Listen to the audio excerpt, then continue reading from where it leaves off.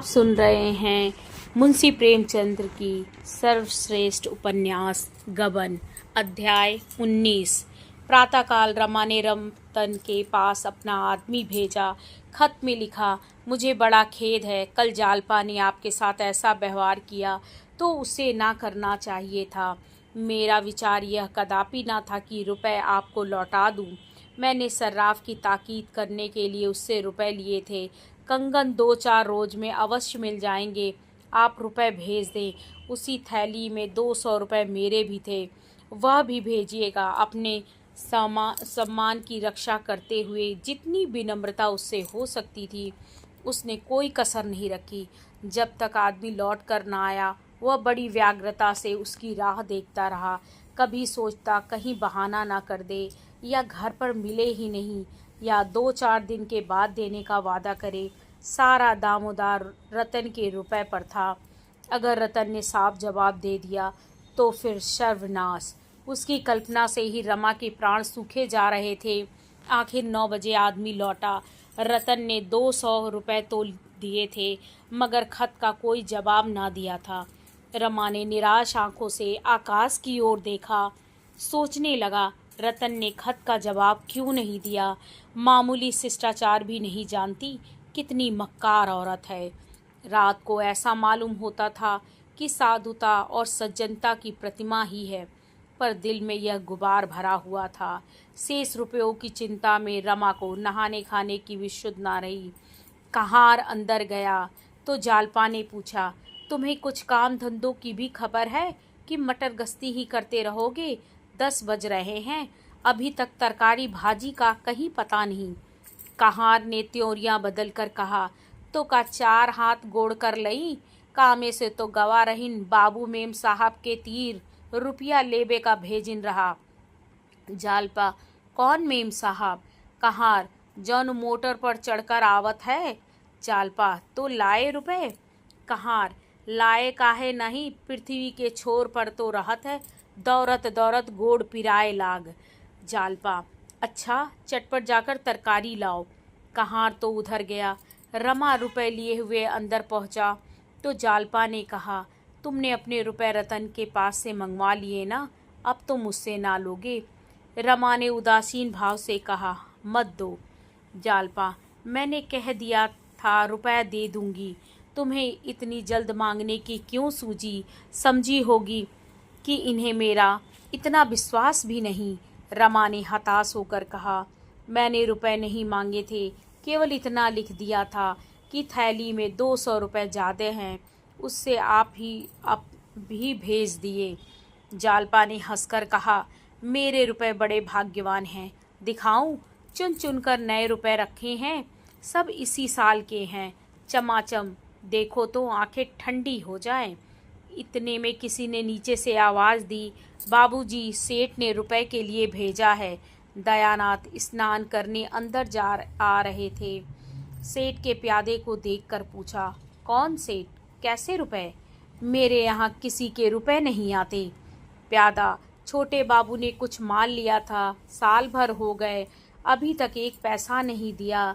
सेठ जी ने कहा, बात बिगड़ने पर रुपए दिए तो क्या दिए, आज कुछ जरूर दिलवा दीजिए। दयानाथ ने रमा को पुकारा और बोले, देखो किस सेठ का आदमी आया है, उसका कुछ हिसाब बाकी है, साफ क्यों नहीं कर देते? कितना बाकी है इसका? रमा कुछ जवाब न देने पाया था कि प्यादा बोल उठा, पूरे 700 हैं बाबूजी। दयानाथ की आंखें फैलकर मस्तक तक पहुंच गई। 700? क्यों जी, यह तो 700 कहता है। रमा ने टालने के इरादे से कहा, मुझे ठीक से मालूम नहीं। प्यादा, मालूम क्यों नहीं? पुर्जा तो मेरे पास है, तब से कुछ दिया ही नहीं, कम कहाँ से हो गए? रमा ने प्यादे को पुकार कर कहा, चलो तुम दुकान पर, मैं खुद आता हूँ। प्यादा, हम बिना कुछ लिए ना जाएंगे साहब, आप यूं ही टाल दिया करते हैं और बातें हमको सुननी पड़ती है।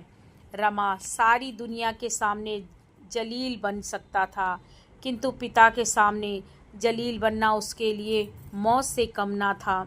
जिस आदमी ने अपने जीवन में कभी हराम का 1 पैसा न छुआ हो, जिसे किसी ने उधार लेकर भोजन करने के बदले भूखों सो रहना मंजूर हो, उसका लड़का इतना बेशरम और बेगैरत हो।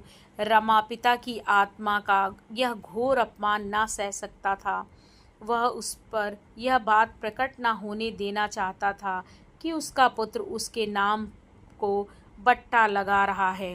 कर्कश स्वर में प्यादे से बोला, तुम अभी यहीं खड़े रहो, हट जाओ, नहीं तो धक्का देकर निकाल दिए जाओगे। प्यादा, हमारे रुपए दिलवाइए, हम चले जाएं। हमें क्या आपके द्वार पर मिठाई मिलती है? रमाना, तुम ना जाओगे? जाओ, लाला से कह देना नालिश कर दे। दयानाथ ने डांट कर कहा, क्या बेशर्मी की बातें करते हो? जब फिरा में रुपए ना थे तो चीज लाए ही क्यों? और क्या लाए? तो जैसे बने वैसे रुपए अदा करो। कह दिया नालिश कर दो। नालिश कर देगा तो कितनी आबरू रह जाएगी, इसका भी कुछ ख्याल है? सारे शहर में उंगलियां उठेंगी, मगर तुम्हें इसकी क्या परवाह? तुमको यह सूझी क्या कि एक बारगी इतनी बड़ी गठरी सिर पर लाद ली? कोई शादी ब्याह का अवसर होता तो एक बात भी थी। और वह औरत कैसी है जो पति को ऐसी बेहूदगी करते देखती है और मना नहीं करती? आखिर तुमने क्या सोचकर यह कर्ज लिया? तुम्हारी ऐसी कुछ बड़ी आमदनी तो नहीं है। रमा को पिता की यह डांट बहुत बुरी लग रही थी। इसके उसके विचार से पिता को इस विषय में कुछ बोलने का अधिकार ही न था। निसंकोच होकर बोला, आप नाहक कितना बिगड़ रहे हैं। आपसे रुपए मांगने जाऊं तो कहिएगा, मैं अपने वेतन से थोड़ा थोड़ा करके सब चुका दूंगा। अपने मन में उसने कहा, यह तो आप ही की करनी का फल है, आप ही के पाप का प्रायश्चित कर रहा हूँ। प्यादे ने पिता और पुत्र में वाद विवाद होते देखा तो चुपके से अपनी राह ली। मुंशी जी भुनभुनाते हुए स्नान करने चले गए। रमा ऊपर गया तो उसके मुंह पर लज्जा और ग्लानि की फटकार बरस रही थी। जिस अपमान से बचने के लिए वह डाल डाल पात पात भागता फिरता था, वह हो ही गया। इस अपमान के मामले सामने सरकारी रुपयों की फिक्र भी गायब हो गई। कर्ज लेने वाले बला के हिम्मती होते हैं। साधारण बुद्धि का मनुष्य ऐसी परिस्थितियों में पड़कर घबरा उठता है, पर बैठक बाजों के माथे पर बल तक नहीं पड़ता। रमा अभी इस कला में दक्ष नहीं हुआ था। इस समय यदि यमदूत उसके प्राण हरने आता तो वह आंखों से दौड़ाकर उसका स्वागत करता। कैसे क्या होगा, यह शब्द उसके एक एक रोम से निकल रहा था। कैसे क्या होगा, इससे अधिक वह इस समस्या की और व्याख्या ना कर सकता था। यही प्रश्न एक सर्वव्यापी पिशाच की भांति उसे घूरता दिखाई देता था। कैसे क्या होगा, यही शब्द अगणित बगुलों की भांति चारों ओर उठते नजर आते थे। वह इस पर विचार ना कर सकता था, केवल उसकी ओर से आंखें बंद कर सकता था। उसका चित्त इतना खिन्न हुआ कि आंखें सजल हो गईं। जालपा ने पूछा, तुमने तो कहा था इसके अब थोड़े ही रुपए बाकी हैं। रमा ने सिर झुका कर कहा, यह दुष्ट झूठ बोल रहा था, मैंने कुछ रुपए दिए हैं। जालपा, दिए होते तो कोई रुपयों का तकाजा क्यों करता? जब तुम्हारी आमदनी इतनी कम थी तो गहने लिए ही क्यों? मैंने तो कभी जिद ना की थी, और मान लो मैं 2-4 बार कहती भी, तुम्हें समझ बूझ कर काम करना चाहिए था। अपने साथ मुझे भी 4 बातें सुनवा दी। आदमी सारी दुनिया से पर्दा रखता है, लेकिन अपनी स्त्री से पर्दा नहीं रखता। तुम मुझसे भी पर्दा रखते हो। अगर मैं जानती तुम्हारी आमदनी इतनी थोड़ी है तो मुझे क्या ऐसा शौक चर्राया था कि मोहल्ले भर की स्त्रियों को तांगे पर बैठा बैठा कर सैर कराने ले जाती। अधिक से अधिक यही तो होता कि कभी कभी चित्त दुखी हो जाता, पर यह तकाजे तो ना सहने पड़ते। कहीं नालिश कर दे तो 700 के 1000 हो जाए। मैं क्या जानती थी कि तुम मुझसे यह छल कर रहे हो। कोई वैश्या तो थी नहीं कि तुम्हें नोच खसोट कर अपना घर भरवा मेरा काम होता। मैं तो भले बुरे दोनों ही की साथिन हूँ। भले में तुम चाहे मेरी बात मत सुनो, बुरे में तो तुम्हारे गले पड़ूंगी ही। रमा के मुख से एक शब्द ना निकला। दफ्तर का समय आ गया था, भोजन करने का अवकाश न था। रमा ने कपड़े पहने और दफ्तर चला। जागेश्वरी ने कहा, क्या बिना भोजन किए चले जाओगे? रमा ने कोई जवाब ना दिया और घर से निकलना ही चाहता था कि जालपा झपट कर नीचे आई। उसे पुकार कर बोली, मेरे पास जो 200 रुपये हैं उन्हें क्यों नहीं सर्राफ को देते? रमा ने चलते वक्त जानबूझकर जालपा से रुपए न मांगे थे। वह जानता था जालपा मांगते ही दे देगी, लेकिन इतनी बातें सुनने के बाद अब रुपए के लिए उसके सामने हाथ उसे संकोच ही नहीं भय होता था। कहीं वह फिर ना उपदेश देने बैठ जाए। इसकी अपेक्षा आने वाली विपत्तियां कहीं हल्की थी, मगर जालपा ने उसे पुकारा तो कुछ आशा बधित ठिठक गया और बोला, अच्छी बात है, लाओ दे दो। वह बाहर के कमरे में बैठ गया।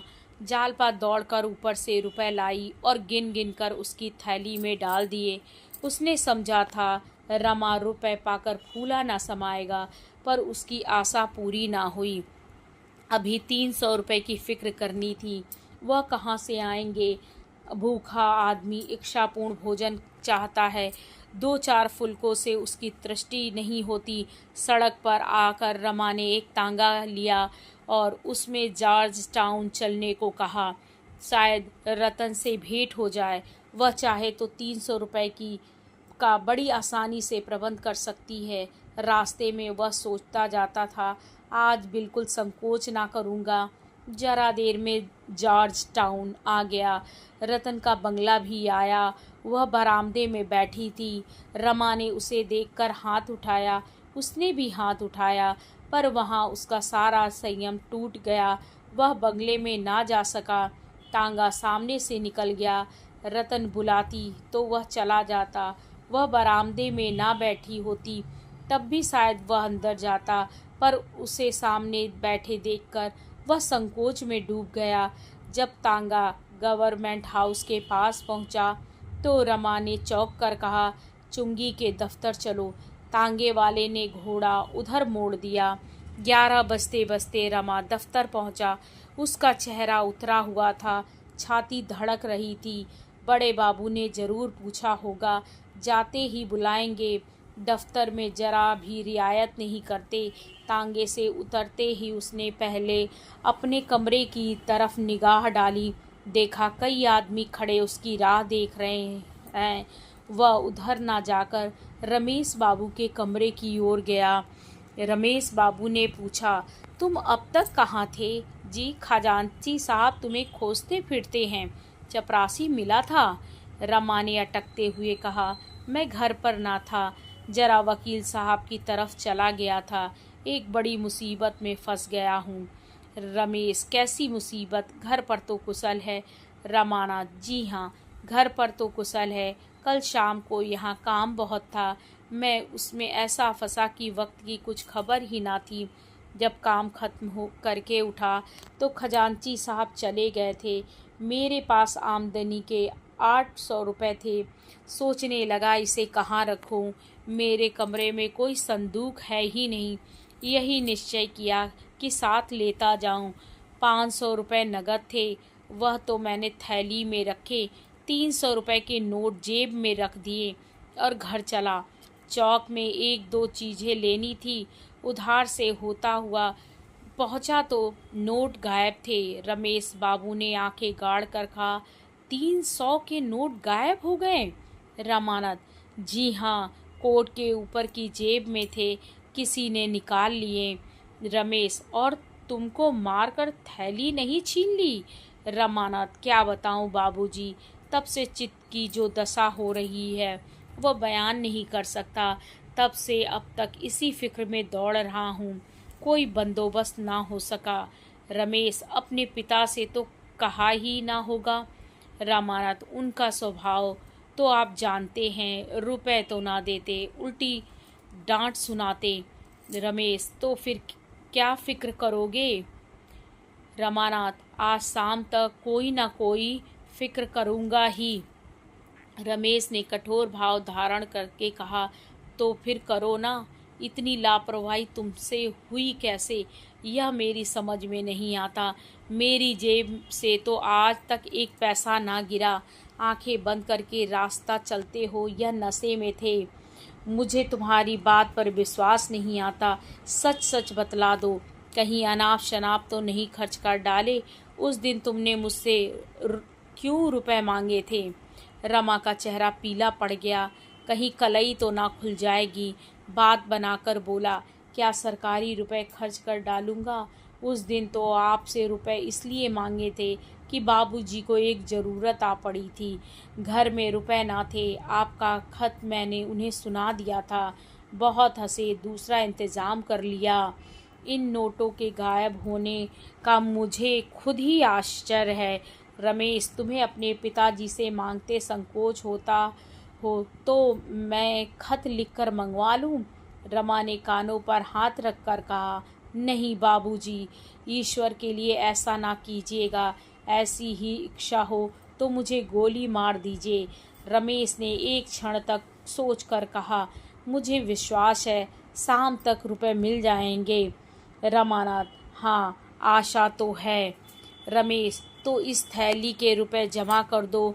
मगर देखो भाई, मैं साफ साफ कह देता हूँ, अगर कल 10 बजे रुपए ना लाए तो मेरा दोष नहीं। कायदा तो यही कहता है कि मैं इसी वक्त तुम्हें पुलिस के हवाले करूँ, मगर तुम अभी लड़के हो इसलिए क्षमा करता हूँ। वरना तुम्हें मालूम है मैं सरकारी काम में किसी प्रकार की मुरव्वत नहीं करता। अगर तुम्हारी जगह मेरा भाई या बेटा होता तो मैं उसके साथ भी यही सलूक करता, बल्कि शायद इससे सख्त। तुम्हारे साथ तो फिर भी बड़ी नरमी कर रहा हूँ। मेरे पास रुपए होते तो तुम्हें दे देता, लेकिन मेरी हालत तुम जानते हो। हाँ, किसी का कर्ज नहीं रखता, ना किसी को कर्ज देता हूँ, ना किसी से लेता हूँ। कल रुपए ना आए तो बुरा होगा। मेरी दोस्ती भी तुम्हें पुलिस के पंजे से ना बचा सकेगी। मेरी दोस्ती ने आज अपना हक अदा कर दिया, वरना इस वक्त तुम्हारे हाथों में हथकड़ियाँ होती। हथकड़ियाँ? यह सब तीर की भांति रमा की छाती में जा लगा। वह सिर से पांव तक कांप उठा। उस विपत्ति की कल्पना करके उसकी आंखें डबडबा गए आई। वह धीरे धीरे सिर झुकाए सजा पाए हुए कैदी की भांति जाकर अपनी कुर्सी पर बैठ गया। पर यह भयंकर शब्द बीच बीच में उसके हृदय में गूंज जाता था। आकाश पर काली घटाएं छाई थी। सूर का कहीं पता न था। क्या वह भी उस घटा रूपी कारागार में बंद है? क्या उसके हाथों में भी हथकड़ियाँ हैं? अध्याय 20। रमा शाम को दफ्तर से चलने लगा तो रमेश बाबू दौड़े हुए आए और कल रुपए लाने की ताकीद की। रमा मन में झुंझला उठा, आप बड़े ईमानदार की दुम बने हैं, ढोंगिया कहीं का। अगर अपनी ज़रूरत आ पड़े तो दूसरों के तलवे सहलाते फिरेंगे, पर मेरा काम है तो आज आदर्शवादी बन बैठे। यह सब दिखावे के दांत हैं। मरते समय इसके प्राण भी जल्दी नहीं निकलेंगे। कुछ दूर चलकर उसने सोचा, एक बार फिर रतन के पास चलूं, और ऐसा कोई ना था जिससे रुपए मिलने की आशा होती। वह जब उसके बंगले पर पहुंचा तो वह अपने बगीचे में गोल चबूतरे पर बैठी हुई थी। उसके पास ही एक गुजराती जौहरी बैठा संदूक से सुंदर आभूषण निकाल निकाल कर दिखा रहा था। रमा को देखकर वह बहुत खुश हुई। आइए बाबू साहब, देखिए सेठ जी कैसी अच्छी अच्छी चीज़ें लाए हैं। देखिए हार कितना सुंदर है, इसके दाम 1200 रुपये बताते हैं। रमा ने हार को हाथ में लेकर देखा और कहा, चीज़ तो अच्छी मालूम होती है। रतन, दाम बहुत कहते हैं। जौहरी, बाई जी, ऐसा हार अगर कोई 2000 में ला दे तो जो जुर्माना कहिए दूँ। 1200 मेरी लागत बैठ गई है। रमा ने मुस्कुराकर कहा, ऐसा ना कहिए सेठ जी, जुर्माना देना पड़ जाएगा। जौहरी, बाबू साहब, हार तो 100 रुपये में भी आ जाएगा, और बिल्कुल ऐसा ही। बल्कि चमक दमक में इससे भी बढ़कर। मगर परखना चाहिए। मैंने खुद ही आपसे मोल तोल की बात नहीं की। मोल तोल अनाड़ियों से किया जाता है, आपसे क्या मोल तोल। हम लोग निरे रोजगारी नहीं है बाबू साहब। आदमी का मिजाज देखते हैं। श्रीमती जी ने क्या अमीराना मिजाज दिखाया है कि वाह। रतन ने हार को लुब्ध नजरों से देखकर कहा, कुछ तो कम कीजिए सेठ जी, आपने तो जैसे कसम खा ली। जौहरी, कमी का नाम ना लीजिए हुजूर, यह चीज़ आपकी भेंट है। रतन, अच्छा, अब एक बात बतला दीजिए, कम से कम इसका क्या लेंगे। जौहरी ने कुछ क्षुब्ध होकर कहा, 1200 रुपये और 12 कौड़ियाँ होंगी हुजूर। आपने कसम खाकर कहता हूँ, इसी शहर में 1500 का बेचूंगा और आपसे कह जाऊंगा किसने लिया। यह कहते हुए जौहरी ने हार को रखने का केस निकाला। रतन को विश्वास हो गया यह कुछ कम ना करेगा। बालकों की भांति अधीर होकर बोली, आप तो ऐसा समेटे लेते हैं कि हार को नज़र लग जाएगी। जौहरी, क्या करूं हुजूर, जब ऐसे दरबार में चीज़ की कदर नहीं होती तो दुख होता ही है। रतन ने कमरे में जाकर रमा को बुलाया और बोली, आप समझते हैं यह कुछ और उतरेगा। रमानाथ, मेरी समझ में तो चीज़ 1000 से ज़्यादा की नहीं है। रतन, होगा, मेरे पास तो 600 रुपये हैं। आप 400 रुपये का प्रबंध कर दें तो ले लूँ। यह इसी गाड़ी से काशी जा रहा है, उधार ना मानेगा। वकील साहब किसी जलसे में गए हैं, 9-10 बजे के पहले ना लौटेंगे। मैं आपको कल रुपए लौटा दूंगी। रमा ने बड़े संकोच के साथ कहा, विश्वास मानिए, मैं बिल्कुल खाली हाथ हूँ। मैं तो आपसे रुपए मांगने आया था, मुझे बड़ी सख्त ज़रूरत है। वह रुपए मुझे दे दीजिए, मैं आपके लिए कोई अच्छा सा हार यहीं से ला दूंगा। मुझे विश्वास है ऐसा हार 700-800 में मिल जाएगा। रतन, चलिए, मैं आपकी बातों में नहीं आती। 6 महीने से एक कंगन तो बनवा ना सके, अब आप हार क्या लाएंगे। मैं यहाँ कई दुकानें देख चुकी हूँ, ऐसी चीज़ शायद ही कहीं निकले, और निकले भी तो इसके ड्योढ़े दाम देने पड़ेंगे। रमानाथ, तो इसे कल क्यों ना बुलाइए, इसे सौदा बेचने की गरज होगी तो आप ठहरेगा। रतन, अच्छा, कहिए, देखिए क्या कहता है। दोनों कमरे के बाहर निकले। रमा ने जौहरी से कहा, तुम कल 8 बजे क्यों नहीं आते। जौहरी, नहीं हुजूर, कल काशी में 2-4 बड़े रईसों से मिलना है, आज के ना जाने से बड़ी हानि हो जाएगी। रतन, मेरे पास इस वक्त 600 रुपये हैं, आप हार दे जाइए, बाकी के रुपए काशी से लौट कर ले जाइएगा। जौहरी, रुपए का तो कोई हर्ज ना था, महीने 2 महीने में ले लेता, लेकिन हम परदेसी लोगों का क्या ठिकाना, आज यहाँ हैं कल वहाँ हैं, कौन जाने यहाँ फिर कब आना हो। आप इस वक्त 1000 दे दें, 200 फिर दे दीजिएगा। रमानाथ, तो सौदा ना होगा। जौहरी, इसका अख्तियार आपको है, मगर इतना कहे देता हूँ कि ऐसा माल फिर ना पाइएगा। रमानाथ, रुपए होंगे तो माल बहुत मिल जाएगा। जौहरी, कभी कभी दाम रहने पर भी अच्छा माल नहीं मिलता। यह कहकर जौहरी ने फिर हार को केश में रखा और इस तरह संदूक समेटने लगा मानो वह एक क्षण भी ना रुकेगा। रतन का रोया रोया कान बना हुआ था, मानो कोई कैदी उस अपनी किस्मत का फैसला सुनते ही खड़ा हो। उसके हृदय की सारी ममता, ममता का सारा अनुराग, अनुराग की सारी अधीरता, उत्कंठा और चेष्टा उसी हार पर केंद्रित हो रही थी। मानो उसके प्राण उसी हार के दानों में जा छिपे थे, मानो उसके जन्म जन्मांतरों की संचित अभिलाषा उसी हार पर मंडरा रही थी। जौहरी को संदूक बंद करते देखकर वह जल विहीन मछली की भांति तड़पने लगी। कभी वह संदूक खोलती, कभी वह दराज खोलती, पर रुपए कहीं ना मिले। सहसा मोटर की आवाज़ सुनकर रतन ने फाटक की ओर देखा। वकील साहब चले आ रहे हैं। वकील साहब ने मोटर बरामदे के सामने रोक दी और चबूतरे की तरफ चले। रतन ने चबूतरे के नीचे उतर कर कहा, आप तो 9 बजे आने को कह गए थे। वकील, वहाँ काम ही पूरा ना हुआ, बैठकर क्या करता। कोई दिल से तो काम करना नहीं चाहता, सब मुफ्त में नाम कमाना चाहते हैं। यह क्या कोई जौहरी है? जौहरी ने उठकर सलाम किया। वकील साहब रतन से बोले, क्यों, तुमने कोई चीज़ पसंद की? रतन, हाँ, एक हार पसंद किया है, 1200 रुपये मांगते हैं। वकील, बस और कोई चीज़ पसंद करो, तुम्हारे पास सिर की कोई अच्छी चीज़ नहीं है। रतन, इस वक्त मैं यही एक हार लूँगी, आजकल सिर की चीज़ें कौन पहनता है। वकील, लेकर रख लो, पास रहेगी तो कभी पहन भी लोगी, नहीं तो कभी दूसरों को पहने देख लिया तो कहोगी मेरे पास होता तो मैं भी पहनती।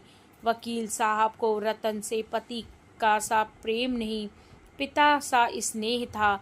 जैसे कोई स्नेही पिता मेले में लड़कों से पूछ पूछ कर खिलौने लेता है, वह भी रतन से पूछ पूछ कर खिलौने लेते थे। उसके कहने भर की देर थी। उसके पास उसे प्रसन्न करने के लिए धन के सिवा और चीज़ ही क्या थी। उन्हें अपने जीवन में एक आधार की ज़रूरत थी, संदेह आधार की, जिसके सहारे वह इस जीर्ण दशा में भी जीवन संग्राम में खड़े रह सके। जैसे किसी उपासक की प्रतिमा की ज़रूरत होती है, बिना प्रतिमा के वह किस पर फल चढ़ाए, किसे गंगा जल से नहलाए, किसे स्वादिष्ट चीज़ों का भोग लगाए, उसी भांति वकील साहब को भी पत्नी की ज़रूरत थी। रतन उनके लिए संदेह कल्पना मात्र थी, जिससे उनकी आत्मिक पिपासा शांत होती थी। कदाचित रतन के बिना उनका जीवन उतना ही सूना होता जितना आँखों के बिना मुख। रतन ने केस में से हार निकालकर वकील साहब को दिखाया और बोली, इसके 1200 रुपये मांगते हैं। वकील साहब की निगाह में रुपए का मूल्य आनंददायिनी शक्ति थी। अगर हार रतन को पसंद है तो उन्हें इसकी परवाह ना थी, इसके क्या दाम देने पड़ेंगे। उन्होंने चेक निकालकर जौहरी की तरफ देखा और पूछा, सच सच बोलो, कितना लिखूं? जौहरी ने हार को उलट पलट कर देखा और हिचकते हुए बोला, 1150 कर दीजिए। वकील साहब ने चेक लिखकर उसको दिया और वह सलाम करके चलता हुआ। रतन का मुख इस समय वसंत की प्राकृतिक शोभा की भांति विकसित था। ऐसा गर्व, ऐसा उल्लास उसके मुख पर कभी ना दिखाई दिया था, मानो उसे संसार की संपत्ति मिल गई है। हार को गले में लटकाए वह अंदर चली गई। वकील साहब के आचार विचार में नई और पुरानी प्रथाओं का विचित्र मेल था। भोजन वह अभी तक किसी ब्राह्मण के हाथ का भी ना खाते थे। आज रतन उनके लिए अच्छी अच्छी चीज़ें बनाने गई। अपनी कृतज्ञता को वह कैसे जाहिर करे। रमा कुछ देर तक तो बैठा वकील साहब का यूरोप गौरव गान सुनता रहा, अंत को निराश होकर चल दिया। आगे की कहानी अगले एपिसोड में।